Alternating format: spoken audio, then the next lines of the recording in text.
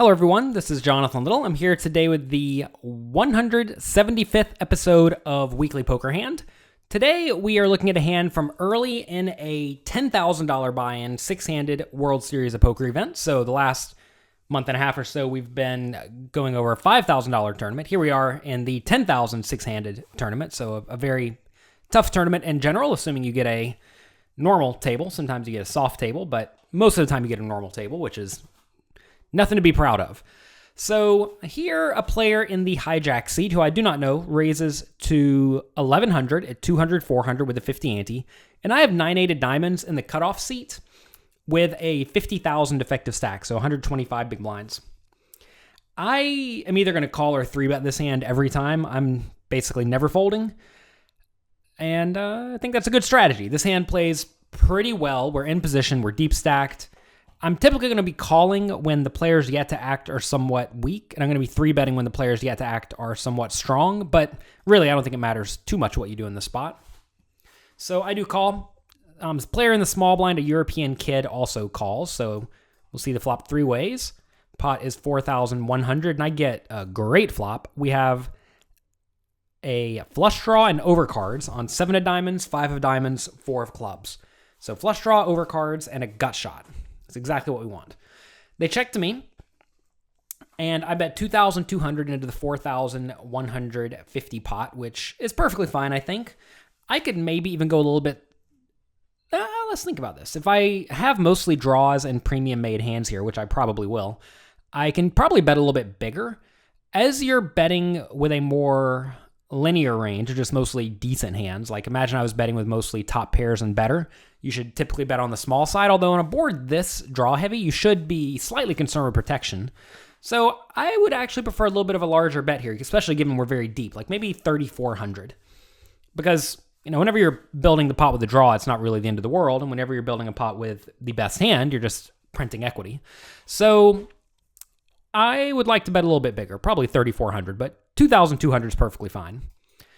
Now, the European kid in the small blind check raises to 5,700. And this is a spot where I would certainly expect the player in the small blind to check raise a lot. This is a great flop for most small blind calling ranges. Although, it may not be as good as it initially appears, because a lot of people in the small blind will call with stuff like 10-9 suited, and Jack-10 suited, and Jack-9 suited. But they're not really calling with stuff like 8-6 suited from the small blind. If he was in the big blind, then sure, people will call all sorts of stuff like that. But this is not as good of a board for the small blind as a slightly higher connected board would be. Like, say it was instead 8-6-5 or 9 something, 9-8-4. I think those boards would be much better for the small blind to check raise. But still, this player could very easily have 5-4 perhaps. Maybe he splashes with 8-6 and 7-5. He could, of course, have the sets. He would definitely call with those pre-flop. So the opponent has lots of premium hands in his range. So knowing that, do I want to re-raise or call or fold? I think folding's out of the question. Some people look at this and think, well, I have a bad draw and a gut shot that's probably not going to get paid if I hit, so I just want to get out of the way. But I think that's definitely the wrong way to look at it. Our draw is almost certainly good. And, when it's not, we're going to be taken for a ride, but I guess that happens sometimes. And if we re-raise here, I don't really like that option either. The only good thing re-raising accomplishes is it forces our opponent to perhaps fold out 10 high flush draws and jack high flush draws and queen high flush draws that are beating us. But whenever he has the ace high flush draw, he's probably not going to fold. And when he has a set or two pair or a premium hand in general, he's probably not going to fold. So I don't really like re-raising. Some people think they just want to get it all in here.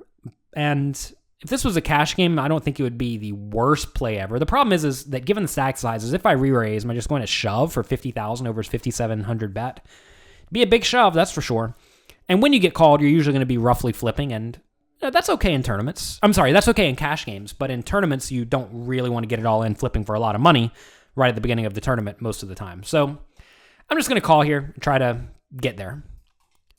Notice we are getting a pretty great price just to call and try to get there. We had to put in 2,000 or 4,000 to win a 16,000 pot, give or take. So I'm okay with that.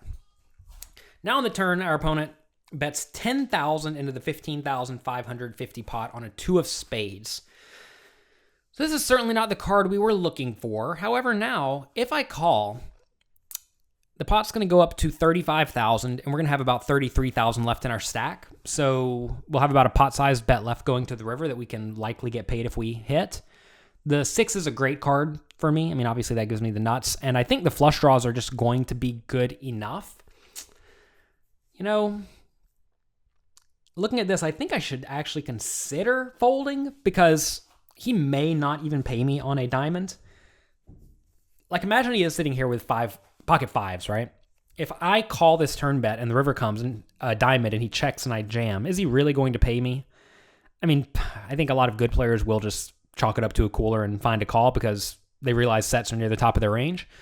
But I'm not sure everyone's going to pay me off here if I get there. So that should lead me to shove some portion of the time. But should I shove this hand? I don't really love that either because a lot of the opponent's pairs or flush draws will also have pairs. And I do think he would play a hand like Jack 10 of diamonds this aggressively, but there really aren't very many combinations of that. Just the very good diamond draws and the reasonable diamond hands.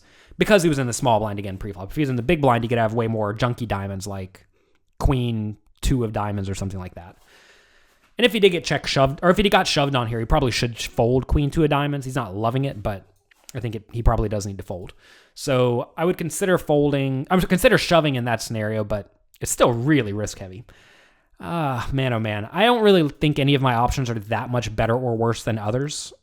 I mean, certainly there are some people I should always shove against and some people I should always fold against, but you don't know that kind of thing in real time very often. So I'm okay with any play. I do decide to peel, and I don't even know if we're hoping for a diamond. River's a 2 of hearts, so we completely brick off, and the opponent checks. So when he checks, pot is 35,500, and we have 33,000 remaining in our stack. This is a cool spot because given the range we gave our opponent, he either has a straight, or 2-pair, or a full house, or an overpair, or a busted draw. So the only hands that may fold to a bet on the river are going to be 7-5 or 7-4 or 5-4 because the bottom card paired. The turn was a 2 and the river was a 2. So those hands will at least consider folding to a bet. And then if he has a hand like Jack 10 of diamonds, that will probably also fold to a bet. So given I'm trying to make a pretty marginal range fold, that should lead me to bet on the small side. A lot of people look at this and think, well, I have a pot-sized bet, so I might as well go all in, or they somehow think I'm pot-committed or something like that, which is not how being pot-committed works at all. And usually when people say they're pot-committed, they actually aren't. They just don't understand that they can fold or get out of the way whenever they have 0% equity. But here, we definitely need to bet. There are hands we can make fold, right? The ace-high flush draw is probably going to fold. King-high, queen-high, jack-high, and 10-high flush draws are all going to fold to a bet. The question is, how much do I need to bet to get those hands to fold? And I think I can actually go very small. And that is what I do. I bet 8,000 out of my 33,000 stack into the 35,000 pot. If I shove, we may make a few more made hands fold, like 7-5 or 7-4 or 5-4, whereas they may just find a hero call against the 8,000. But I really am just targeting the flush draws here. And if my opponent does have a full house, I want to make sure I don't get stacked, right? And the way you don't get stacked is by not shoving. Because for all we know, our opponent's just checking with all of his nut hands, realizing that my range should contain a lot of bluffs. And if it contains a lot of bluffs, then he should definitely check and give me the opportunity to bluff. So if that's what's happening, I want to make sure I lose the minimum while also picking up the pot when he has hands like Queen 10 of diamonds. So I do bet 8,000. I don't expect this to work very often. You can actually figure out how often your bluff needs to work by dividing your bet size by the pot you're trying to win. So that would be 8 divided by 35,000, which is about 1 and 3.5 times. So actually, this is 36,000. Yeah, 36,000. My bad. This is about if we pick up this pot about 25% of the time, we're gonna end up showing a profit. I don't know why I thought. I don't know what I was thinking. 8 divided by 36 is 25%. So if we pick up the pot about 25% of the time, we're going to show a profit here. So what percentage of my range is flushes or marginal hands that will fold to a bet? And that's what you want to go through. You want to go through your opponent's range and try to figure out how many combinations of busted draws he has, and maybe even 5-4, compared to how many straights and full houses he has. And now notice that we block the 8-6 of diamonds, right? Because we have the 8 of diamonds in our hand. So there's 3 combinations of 8-6 suited, which may not even be in his range. Then there's 3 combinations of each of the sets. So there's 9 hands there for full houses. So that's 9 hands, right? 9 plus 3 is 12. So it's 12 combinations of nut hands. So if we can find 4 hands that we can make fold that are busted draws, then this bet's probably going to be pretty nice, assuming he folds king high and whatnot. So we have all the ace-x of diamonds, really, that we don't block. So we have he's probably 3-betting ace-king and ace-queen. So ace-jack, ace-10, ace-9, ace-8, ace-6, ace-4, ace-3, and ace-2. So right there is 8 combinations of hands, right? We only needed to find 4. So then we also have king-queen, king-jack, king-10. Maybe I can't have king-10, king-9. So then we have queen-jack, queen-10, and jack-10. So that's 14 combinations of busted draws that he realistically would play this way. We don't know he's going to play all of those in this manner, but he's certainly going to play some of them in this manner, right? So, again, I think there's 12 very obvious nut hands he could have. And if he has 4 or 5 bluffs or busted draws he's check folding, I like this bet. And like I just showed, it could be way more than that. Of course, he may bluff with some of those. He may decide to bluff with the, jack 10 of diamonds and queen 10 of diamonds and queen jack of diamonds. So you can't just say he has all of these busted draws because some of the busted draws bluff. Or for all I know, maybe all of the busted draws bluff.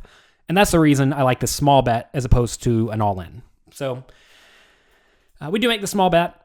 It's probably going to fail, but let's see. This time it works out, and we win the pot. It's always nice whenever you win the pot. I actually didn't know what happened to this hand. I was hoping I won the pot, but that's the rationale behind this small river bet.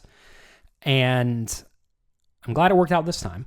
Usually, though, whenever you make a small bet, it is going to fail a lot just by the nature of making a small bet. And as long as you're fine with that and realize that's the risk you are taking and it's a profitable risk, that's okay. A lot of the time, you'll find that your bluffs don't need to work all that often. If they're working 30 or 40% of the time, you're going to show a profit. The thing is you're going to lose 50 or 60% of the time. And a lot of people don't like the idea of losing their bet 60% of the time or more sometimes. And that's just part of the game you have to be accustomed to. Losing pots is okay. And you have to be willing to lose pots in order to get out of line and steal pots that don't belong to you. So that's going to be it for this episode of Weekly Poker Hand. I want to thank you all for being here. If you enjoyed this episode, definitely check out pokercoaching.com. There I have a lot of educational poker quizzes where we go through situations exactly like this on the river. Well, I will ask you, how much should we bet on the river? I'll say, should we check? Should we bet 8,000? Should we bet 13,000? Or should we go all in? And it's up to you to tell me what you would do. And then I'll give you a grade on it. And as long as you're getting most of these right, you're going to be in pretty good shape. So anyway, check that out at pokercoaching.com. You can get a completely free 7-day trial. Thanks again, and I will talk to you next week.